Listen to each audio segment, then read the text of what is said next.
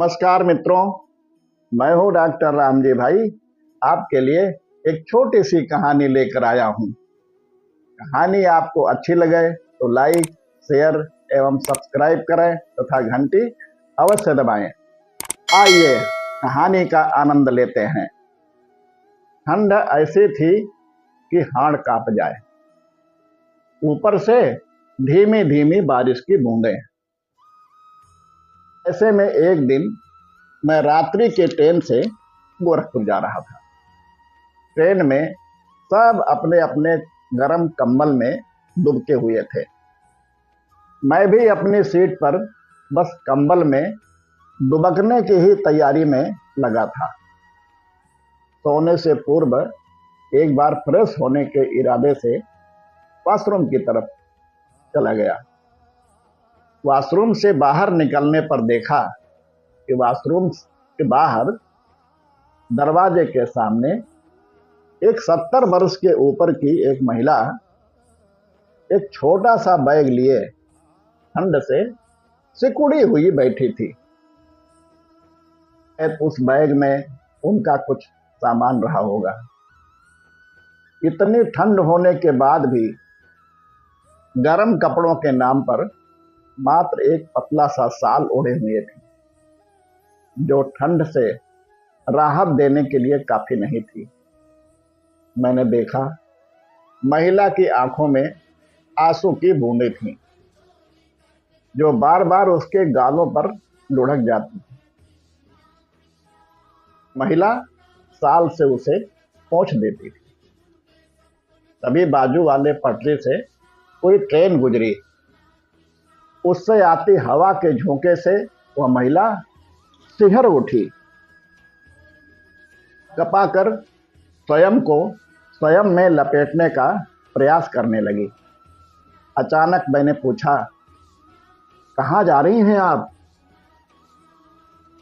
महिला ने चेहरा ऊपर किया, हमको देखकर संक्षिप्त सा उत्तर बोली, बस्ती। ने पूछा, टिकट नहीं लिया क्या? बेटा, अचानक जाना पड़ रहा है। आंसू पोंछते हुए उसने कहा, अभी टीसी आएगा तो ले लूंगी। मैंने पूछा, ऐसे अचानक क्यों? इतनी ठंड में आपको रिजर्वेशन करवाना चाहिए था। पता नहीं क्यों, पर उस महिला से एक जुड़ाव सा महसूस हो रहा था। बेटा, अभी पता चला कि मेरी बेटी प्रसव के दौरान इस दुनिया से चल बसी। कहते कहते महिला फफक कर रो पड़ी। ओह, तो आप अकेली? परिवार का कोई और सदस्य है? कोई भी नहीं। हम माँ बेटी ही एक दूसरे का सहारा थी। अभी साल भर हुआ बिटिया का ब्याह किया था। महिला सिसकती हुई बोली। इतने में टीसी आ गया।